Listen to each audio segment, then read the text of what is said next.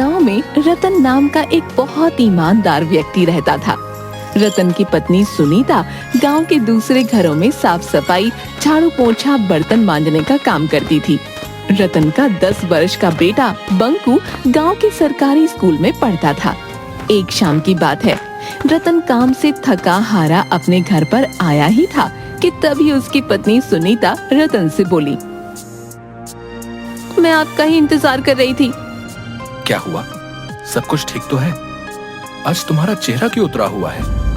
बात ही कुछ ऐसी है, बंकू को आज प्रिंसिपल ने धमकी दी है कि अगर कल तक स्कूल की फीस जमा नहीं कराई गई तो स्कूल से बंकू को निकाल दिया जाएगा। नाम काट देंगे इसका। ऐसे कैसे काट देंगे? ये स्कूल प्रिंसिपल की कोई जागीर थोड़ी ना है। अरे सरकारी स्कूल है। इस बात को तो मैं भी जानती हूँ, लेकिन आप ही बताओ ना, आपने बंकू की फीस कितने महीने से जमा नहीं की? सुनीता की बात सुनकर रतन उदास होकर गहरी सोच में डूबते हुए बोला, बात तो तुम सही कह रही हो। बंकू की फीस हमने पिछले 6 महीने से जमा नहीं की। इसमें प्रिंसिपल का कोई दोष नहीं, सारा दोष मेरा है। मेरी एक बात समझ में ये नहीं आती, हमारे पास 5 बीघा उपजाऊ जमीन है, फिर भी आप दूसरों के खेतों में काम करते रहते हैं और उसके बदले आपको आखिर मिलता ही क्या है? अगर मैं दूसरों के घर में बर्तन ना मांजूं तो हमारे घर का खर्चा चलना भी मुश्किल हो जाएगा। मैं क्या करूं सुनीता, तुम अच्छी तरह से जानती हो कि हमारी 5 बीघा जमीन चतुर सिंह के यहाँ पर गिरवी पड़ी हुई है। पिताजी ने सेठ जी से जो 2 लाख रुपए का कर्जा लिया था वो उसे चुका नहीं पाए और स्वर्ग सिधार गए। और रही बात मेरी, तो तुम तो जानती हो कि मैं मुश्किल से कितना कमा पाता हूँ। मैं आपकी सारी बात समझती हूँ, लेकिन कुछ ना कुछ तो करना ही पड़ेगा ना। अगर ऐसे ही चलता रहा तो मुझे लगता है हमारे इससे भी बुरे दिन शुरू हो जाएंगे। तुम चिंता मत करो सुनीता, मैं कोई ना कोई इंतजाम करता हूँ। इतना कहकर रतन चारपाई पर लेटकर गहरी सोच में डूब गया।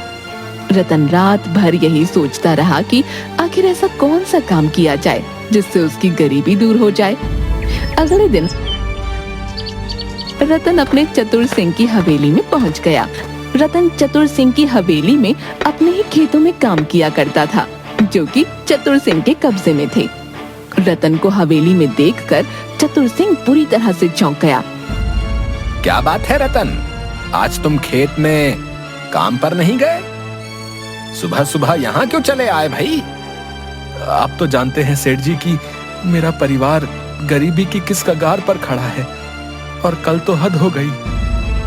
क्यों भाई, कल ऐसा क्या हो गया जो तुम्हारे पैर हमारी हवेली तक आने के लिए मजबूर हो गए? कल स्कूल वालों ने मेरे बेटे बंकू को स्कूल से वापस कर दिया, ये बोलकर कि जब तक मैं उनकी पूरी फीस नहीं चुका देता तब तक बंकू स्कूल में नहीं पढ़ सकता। और यहाँ तक कि उन्होंने ये तक बोल दिया कि अगर कुछ दिनों के अंदर मैंने उनकी फीस नहीं चुकाई तो वो मेरे बेटे का नाम काट देंगे। तो इसमें हैरानी की क्या बात है? क्या तुम्हें पता नहीं कि गरीबों को अपने बच्चों को पढ़ाने का कोई अधिकार नहीं? अरे भाई, अपने बेटे से कहो कि तुम्हारे साथ मिलकर वो तुम्हारे काम में हाथ बटाए। अरे तुम ही सोचो, स्कूल में पढ़ाई करके उसे आखिर क्या मिलेगा? वैसे भी पढ़ लिख कर किसी की नौकरी तो लगती नहीं है। तुम्हारे साथ कुछ काम करेगा तो तुम्हें कुछ ना कुछ कमा कर ही देगा। ये कैसी बातें कर रहे हैं सेठ जी? आप चाहते हैं कि मैं अपने बच्चे की पढ़ाई छुड़वा दूं और उसे अपनी ही तरह अनपढ़ रहने दूं? अनपढ़ होना बुरी बात नहीं है रतन, गरीब होना बुरी बात है। अब तुम ही देखो, इस देश में न जाने कितने ऐसे नेता बनते हैं जिन्होंने कभी स्कूल की शक्ल तक नहीं देखी होती। इस देश में नेता किस प्रकार से बनते हैं और वो क्या करते हैं, मुझे इस बात से कोई लेना देना नहीं। मैं किसी भी कीमत पर अपने बेटे की शिक्षा नहीं छुड़वा सकता, क्योंकि शिक्षा ही हमारे आने वाले कल को सुधारता है। मुझे कोई शौक नहीं है ये बताने का कि तुम्हें क्या करना है। अब वो सब छोड़ो, ये बताओ कि तुम यहाँ पर क्यों आए हो? सेठ जी, मेरे खेत आपके यहाँ पर बरसों से गिरवी रखे हैं। मुझे अपने खेत होते हुए भी अपने ही खेतों में नौकरी करनी पड़ रही है, और उसके बदले आप मुझे देते क्या हैं? मेरे खेत में जितने भी नौकर काम करते हैं उससे अधिक ही तुम्हें देता हूँ। अब तुम क्या चाहते हो? मैं आपसे ज्यादा कुछ नहीं चाहता सेठ जी। मैं बस ये चाहता हूँ कि मेरी पगार थोड़ी सी बढ़ा दी जाए, और उस पगार में से थोड़े से पैसे मुझे अभी दे दिए जाएं, ताकि मैं बंकू की स्कूल की फीस जमा करा सकूं। रतन की बात सुनकर चतुर सिंह जोर जोर से हंसते हुए बोला, लगता है तुम्हारा दिमाग खराब हो गया रतन, हैं? तुम शायद भूल गए हो कि तुम्हारे पिताजी ने मुझसे 2 लाख का कर्जा लिया था। 2 लाख का। जी मुझे अच्छी तरह से याद है सेठ जी, और उस कर्ज को चुकाते चुकाते मुझे 20 बरस से अधिक हो गए हैं। मैं 15 साल का था जब से मैं अपने ही खेतों में दिन रात कोल्हू के बैल की तरह जुता रहता हूँ, लेकिन ना के बराबर आपसे पगार लेता हूँ। उसके बावजूद भी आपके 2 लाख रुपए खत्म होने का नाम ही नहीं ले रहे। तुम जितना काम करते हो उतना तुम ले जाते हो, और रहा सवाल तुम्हारे खेत का, तो तुम्हारे पिताजी ने 2 लाख रुपए मुझसे उधार लिए थे, जो ब्याज मिलाकर आज की तारीख में कम से कम 10 लाख रुपए होते हैं। 10 लाख रुपए मुझे दे दो और अपने खेत वापस ले लो। उसके बाद अपनी मर्जी के मुताबिक अपने खेत में हल चलाना और फसल बोना। मैं तुमसे कोई सवाल नहीं करने वाला। तो क्या आप मेरी पगार नहीं बढ़ाएंगे सेठ जी? मैं बहुत मजबूरी में आपके पास आया हूँ। जिससे तुम मजबूरी कहते हो, हमारी भाषा में उसे बगावत कहते हैं, बगावत। और मैं बागियों की बात नहीं मानता, और ना ही उन्हें काम पर रखता हूं। अब सुनो तुम, अब से तुम्हें काम पर आने की कोई भी जरूरत नहीं है। जाओ जाओ जाओ जाओ, अब तुम जा सकते हो यहां से, जाओ। रतन मुंह लटकाकर घर चला आया, जहां पर उसका पड़ोसी बिरजू पहले से ही उसका इंतजार कर रहा था। बिरजू भी चतुर सिंह की हवेली में ही काम किया करता था। रतन को उदास देखकर बिरजू मुस्कुराता हुआ बोला, मैं जानता था कि चतुर सिंह तुम्हारी पगार नहीं बढ़ाएगा और तुम्हें काम से भी निकाल देगा। तुम्हारे चेहरे की मायूसी बता रही है कि तुम्हारे साथ कुछ ऐसा ही हुआ है। तुमने बिल्कुल सही कहा बिरजू। मैंने चतुर सिंह के यहाँ पर 20 साल लगातार कितनी मेहनत और ईमानदारी से काम किया। आज जब मैंने अपनी पगार में कुछ रुपए बढ़ाने की बात की तो उसने मुझे काम से ही निकाल दिया। और तो और जो मेरे पिताजी ने 2 लाख रुपए जो कर्ज लिए थे वो अब 10 लाख रुपए में परिवर्तित हो गए। बताओ। अरे मैंने तुमसे पहले भी कहा था और अब भी कह रहा हूँ कि मैं जानता हूँ कि चतुर सिंह अपनी तिजोरी कहाँ रखता है, और तो और मैं ये भी जानता हूँ कि उस तिजोरी की चाबी कहाँ है। लेकिन तुम मेरा साथ देने के लिए कभी तैयार ही नहीं होते यार। मेरा जवाब तुम्हारे लिए कल भी ना था और आज भी ना है। मैं चोर नहीं हूँ। अरे राजा हरिश्चंद्र बनकर तुम्हें आखिर मिलेगा क्या है? तुम खुद ही देखो, उस सेठ ने तुम्हारी पगार बढ़ाने से मना कर दिया, और तो और तुम्हें काम से भी निकाल दिया। उसके बाद भी तुम ऐसी बातें कर रहे हो है बे? हाँ, अगर उसने मुझे काम से बाहर निकाल दिया तो ये उसका स्वभाव है भाई। मैं उसके स्वभाव की वजह से चोर नहीं बन सकता। मुझे अपनी ईमानदारी पर पूरा भरोसा है। एक ना एक दिन मेरे दिन जरूर बदलेंगे भाई। रतन की बात सुनकर बिरजू क्रोधित होते हुए रतन की ओर देखकर बोला, हाँ जरूर बदलेंगे रतन, जरूर बदलेंगे, लेकिन सिर्फ सपनों में। हाँ। इतना कहकर बिरजू वहां से चला गया। बिरजू के जाते ही रतन की पत्नी सुनीता रतन से बोली, पहले तो मुझे बिरजू के ऊपर बहुत क्रोध आता था, लेकिन जिस तरह से आज उस सेठ ने तुम्हें काम से निकाल दिया, अब तो मुझे बिरजू की बात सही लग रही है। तुम्हें बिरजू का साथ देना चाहिए। ये तुम कैसी बातें कर रही हो सुनीता? तुम जानती हो ये बिरजू मुझे चतुर सिंह के घर पर चोरी करने को बोल रहा है। क्या मैं तुम्हें चोर दिखता हूँ? चतुर सिंह एक नंबर का पापी है। पापियों के घर पर चोरी करने में क्या शर्माना। तुम्हारे हाथ में कुछ पैसे आ जाएंगे तो हमारे दिन वक्त अच्छे हो जाएंगे। ईश्वर पर भरोसा रखो सुनीता, और याद रखना मैं चोरी नहीं करूंगा। हाँ। रतन की बात सुनकर रतन की पत्नी सुनीता चुप हो गई। कुछ दिन के बाद रतन के बुरे दिन शुरू हो गए। रतन ने पूरे गांव में हर किसी से काम मांगा, मगर उसे काम नहीं मिला। कुछ ही दिनों के बाद उसके घर पर राशन पानी सब कुछ खत्म हो गया।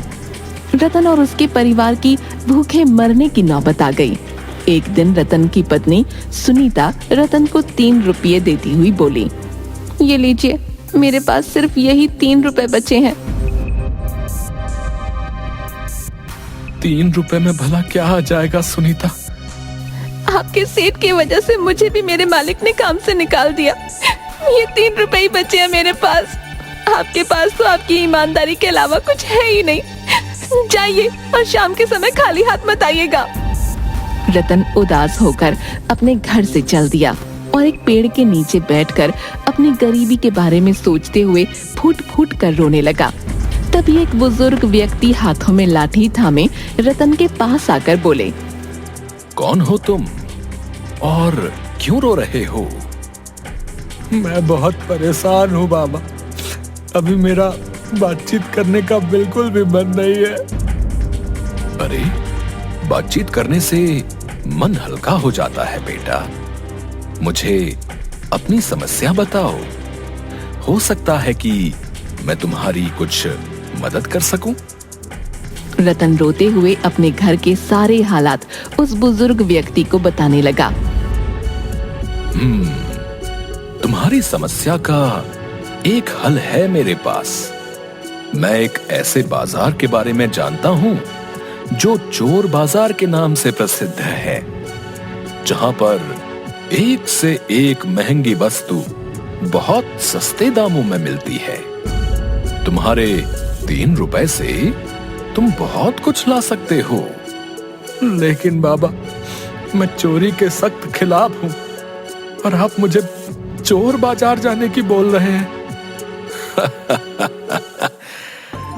बेटा, उसका नाम चोर बाजार है, लेकिन वहां पर चोरी की वस्तुएं नहीं मिलती। ये तो बस एक मुहावरा होता है। उस बुजुर्ग व्यक्ति ने रतन को एक जंगल का पता दिया। लेकिन बाबा, वहां तो घना जंगल है। कुछ खास चोर बाजार अक्सर घने जंगलों में ही लगते हैं बेटा। रतन धीमे धीमे कदमों से उस जंगल की ओर चल दिया। कुछ दूर जाकर उसे एक जंगल में बाजार लगा नजर आया, जहां पर एक से एक आधुनिक वस्तु लेकर पुरानी वस्तुएं तक बिक रही थीं। उस चोर बाजार में खाने पीने की वस्तुओं से लेकर हवाई जहाज तक मौजूद था। ये देखकर रतन की आश्चर्य से आंखें फटी की फटी रह गईं। तभी रतन की नजर दाल चावल की दुकान पर पड़ी। रतन वहां पहुंचते ही झिझकते हुए उस दुकानदार से बोला, भैया, ये आटे की बोरी और दाल की बोरी कितने किलो की है? भैया, ये आटे की बोरी जो है 25 किलो की, और ये दाल की बोरी भी 25 किलो की है।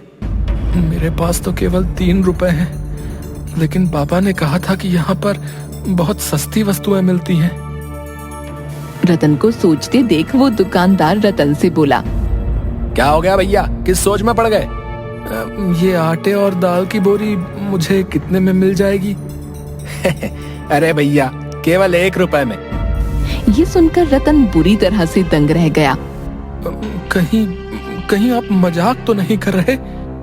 अरे भैया, मुझे लग रहा है कि आप यहाँ पर नए हो। रतन ने उसे 1 रुपया दे दिया और बोरी घर पर उठाकर ले आया। अरे, आपके पास तो कल 3 रुपये थे। क्या आप किसी से पैसे उधार लेकर आए हो क्या? पागल हो गई हो क्या? मुझ जैसे गरीबों को कौन भला पैसे उधार देगा? इतना बोलकर रतन ने सारी बात अपनी पत्नी सुनीता को बता दी। अगर ऐसी बात है तो फिर से आप उस चोर बाजार से वस्तुएं लाकर कोई व्यापार क्यों नहीं शुरू करते?